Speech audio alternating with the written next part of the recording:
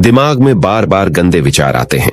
इसकी वजह से किसी भी काम में मन नहीं लगता और स्त्रियों को देखकर अश्लीलता के विचार बार बार मन में आते हैं।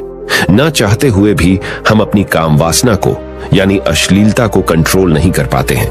इन सब समस्याओं का एक ही हल है और वो हल हम आज के इस वीडियो में गौतम बुद्ध के कहानी के थ्रू आपको बताने वाले हैं। तो बिना रुके चलिए कहानी की शुरुआत करते हैं।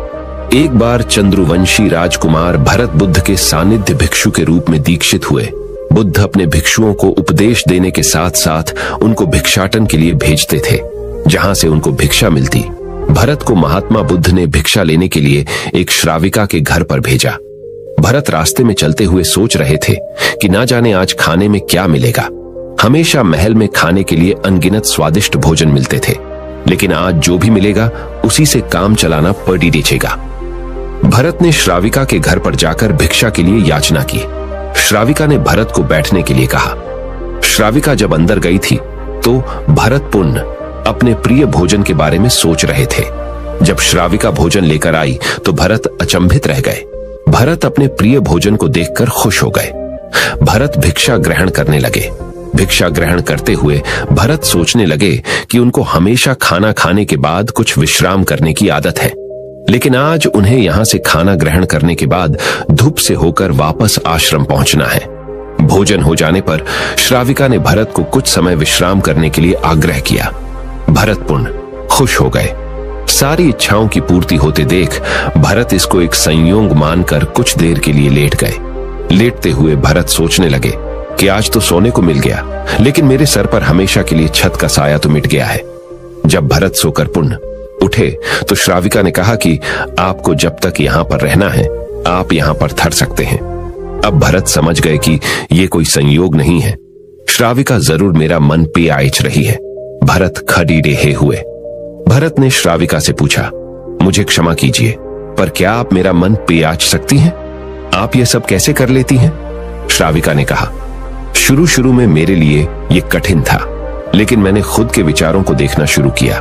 शुरू में मेरे विचारों की संख्या अनगिनत थी, पर मैंने अपना पूरा ध्यान उन विचारों पर केंद्रित किया। मैंने बिना पक्ष विपक्ष के अपने विचारों को देखना जारी रखा। धीरे धीरे मेरे विचारों की संख्या कम होती गई। मेरे सारे व्यर्थ विचार दूर होते गए। तब से मैं दूसरों के विचार पेवच लेती हूं। यह सब सुनकर भरत घबरा गए। भरत ने श्राविका से आज्ञा ली और वहां से निकल पड़ी डेहे। रास्ते में चलते हुए भरत अपने मन के विचारों का स्मरण करने लगे। भरत के मन में श्राविका के बारे में अश्लील विचार आए। श्राविका ने भरत के बारे में क्या सोचा होगा? भरत को खुद पर शर्म आ रही थी। भरत आश्रम पहुंचे। भरत ने बुद्ध से कहा कि अब से वह कभी भिक्षाटन के लिए नहीं जाएंगे। बुद्ध ने भरत को नीचे बैठाया और कहा, क्या हुआ तुम मुझे अपनी व्यथा विस्तार से बताओ। भरत ने विस्तार से सारी बात बताई। भरत की बातों को सुनकर बुद्ध ने कहा कि आज से 7 दिनों के लिए श्राविका के घर पर भिक्षा के लिए तुम जाओगे, लेकिन तुमको कुछ बातों का ध्यान रखना पड़ी देगा। कल तुम जाते हुए अपने चित्त को पूरे होश में रखना। तुम्हारे अंदर कौन से विचार उठ रहे हैं उन पर ध्यान केंद्रित करना। होशपूर्ण और जागृता के साथ ध्यान करना कि कौन सी वासना तुम्हारे भीतर उठ रही है। इन सभी का ध्यान करते हुए जाना और फिर मुझसे विचार विमर्श करना।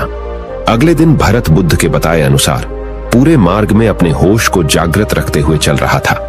भिक्षु आज पूरी तरह से जगा हुए था। जैसे जैसे श्राविका का घर नजदीक आ रहा था, भरत की घबराहट बराचा रही थी। भरत ने अपनी घबराहट को एक तरफ करते हुए बुद्ध के विचारों पर ध्यान केंद्रित किया। जब भरत श्राविका के घर पर पहुंचा तो उसके दिमाग में केवल एक सन्नाटा था, जिसके भीतर कोई वासना नहीं, कोई कामना नहीं, ना कुछ अच्छा पाने की इच्छा थी। भिक्षु भरत ने भिक्षा ली, ग्रहण की और वहां से वापस निकल गया। आज भरत रास्ते में नाचते हुए आया। आज उसको जिस आनंद की अनुभूति हुई वह अद्भुत थी। आज से पहले इस आनंद को उसने कभी महसूस नहीं किया। भरत ने आश्रम जाकर बुद्ध को प्रणाम किया और कहा कि मैं मेरे विचारों पर काबू करना सीख गया हूं, सिर्फ आपकी वजह से। कभी भी जब आपके मन में अश्लील विचार आए तब एक बात को याद रखना कि इस विचार की पूर्ति करने से मुझे अंततः दुख की प्राप्ति ही होनी है। जो भी विचार आए उसको सिर्फ देखो और उस विचार का पूर्णता करने से आपको क्या फायदा होगा ये सोचो, फिर आप कभी भी बुरे विचारों से आकर्षित नहीं होंगे। अब चलिए जानते हैं बुद्ध की जीवन बदल देने वाली कहानी। एक बार बुद्ध अपने भिक्षु के साथ भिक्षाटन के लिए किसी गांव की तरफ जा रहे थे। तभी अचानक बुद्ध के पैरों में कांटा लग गया। कांटा इतना तीक्ष्ण था कि चुभते ही रक्त की धार निकलने लगी। बुद्ध के भिक्षु ने रक्त को रोकने के लिए एक कपड़ा फाड़कर बुद्ध के पैर पर बांध दिया। इस घटना को कुछ लोग देख रहे थे जो कि बुद्ध से ईर्ष्या करते थे। उन्होंने बुद्ध से कहा कि हम तो तुम्हें परम ज्ञानी समझते थे, लेकिन दर्द को तुम भी सहन नहीं कर सकते हो। तुम पाखंडी हो और ये हमने सिद्ध कर दिया है। ये कांटे हमने ही बिछाए हैं। इस गांव में तुम्हारा स्वागत नहीं, तिरस्कार होगा। इस गांव में तुमको कोई भिक्षा नहीं मिलेगी। बुद्ध ने उन लोगों से अनुरोध किया कि कृपया करके मुझे इस गांव से भिक्षा लेने दो। बुद्ध के ईर्ष्यालुओं ने बुद्ध का उपहास बनाते हुए कहा कि अगर तुम्हें भिक्षाटन के लिए इस गांव में आना है तो तुम्हें अपने रक्त की बलिदानी देनी होगी। तुमको इस कांटों के रास्ते से गुजरना होगा। भगवान बुद्ध ने उनकी चुनौती को स्वीकार कर लिया और कांटों के रास्ते पर चलने के लिए अपने कदम बढ़ाने लगे। बुद्ध मुस्कुराते हुए कांटों पर चलने लगे।